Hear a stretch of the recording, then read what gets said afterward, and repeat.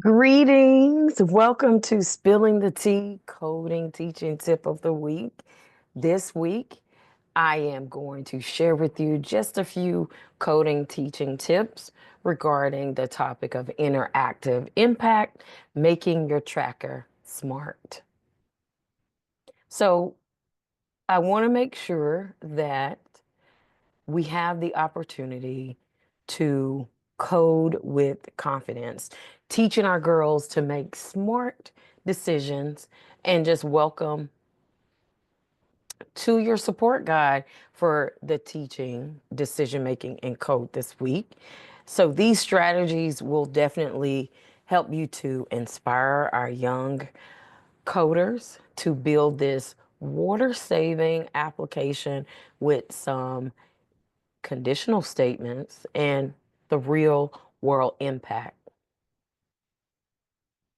So the learning goals for this week is to compare like the water usage, apply that if, elif, else statement, and again, you'll hear me reference it as conditional statement, and then personalizing their responses. Um, so why does this even matter?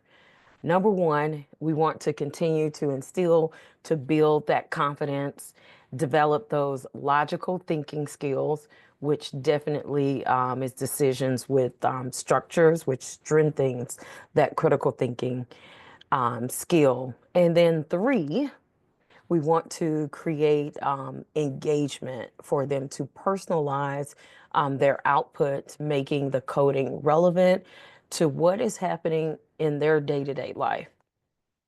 So, what are if and else statements? They are the if, it checks a condition, which basically runs the code only when that specific condition is known as true. The elif, it checks another condition that is put in there, which gives a alternative path for the programming to go. And then the else is the default response. This catches all the cases with when the condition is not met. So bearing that in mind. So starting with the tips. Number one, we want to teach logic like it's a conversation. So the real life examples, which you have some in your guides, your teaching guides. If it rains, bring an umbrella. If you're thirsty, drink some water. If homework is done, I know I get to play outside. And so in the real life examples translated into the coding, the programming piece. So if the temperature is greater than 80, print, it's hot, drink water. Else, we're going to print, enjoy the day. So again, just treat the logic like it's a conversation. Tip number two, let the girls create their own conditions. So you want to give the sense of brainstorming different identified water usage scenarios that they can actually check out. And there is a link, which is probably with the bonus, but I'll talk even more about that later. But give them that opportunity and then let them draft those simple conditions using comparison operations or operators, I should say. And again, it also instills that math um, thought process as well, getting them to do comparison and they can actually translate some of this into some math concepts as well. And then code, implement the conditions um, appropriately with feedback messages. And then, of course, number four, just test. Try different values. We want to see how the program responds.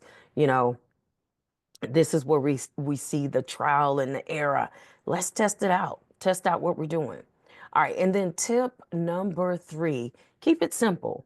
Let's try to use, what I like to say, even numbers or, numbers by the counting 5, 10, 15, 20, or the example here, 100, 500, 1,000 gallons. And you want to have clear conditions. So you want to focus on straightforward comparison, greater than, less than, equal to. And then let's celebrate those success. You want to make sure that you recognize each working if else block that they have. Build that confidence for very successful code running. And then the sample activity for the code tracker, again, you're going to create those variables. So you want to set it up to track those gallons, the usage in gallons of water. Write the conditions. You need to add the if else elif for different water usage levels. And then add that feedback, include encouraging messages for water conservation. Ooh, you've done a great job. Look at you, the water endurer person. Something, spice it up. And then that bonus step is water saving. So you want to encourage the students to the girls to research and include that personalized water saving tips in their feedback messages. And again, the actual programming of this is if total underscore water greater than 500, or here's the tip, try taking shorter shower. So again, let them explore with that bonus tip. And ultimately, we want to empower their logic because 100% they have the potential. Girls are natural at problem solving and they are natural coders as well. And this will make a two-time impact of coding with purpose and motivation. And then you want to make this endless possibilities, um, giving them the opportunity for the critical thinking.